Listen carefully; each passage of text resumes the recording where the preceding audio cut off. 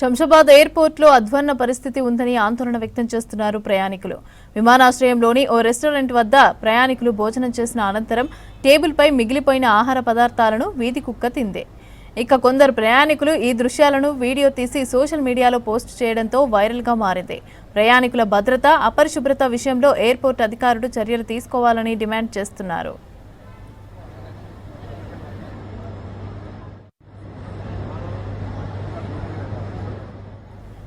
వీధి కుక్కల నియంత్రణకు జీహెచ్ఎంసీ సమన్వయంతో పనిచేస్తున్నామని తెలిపారు ఎయిర్పోర్ట్ అధికారులు. ఎయిర్పోర్ట్ ప్రాంగణంలో జీహెచ్ఎంసీ బృందాలు ప్రత్యేక డ్రైవ్లు నిర్వహిస్తున్నాయన్నారు. ఈ ఏడాదిలో ఇప్పటి వరకు 21 వీధి కుక్కల సమస్యలను పరిష్కరించారని తెలిపారు. ఇక సిబ్బందికి వ్యర్థాలను పారవేయాలని ఆదేశాలు జారీ చేశామన్నారు.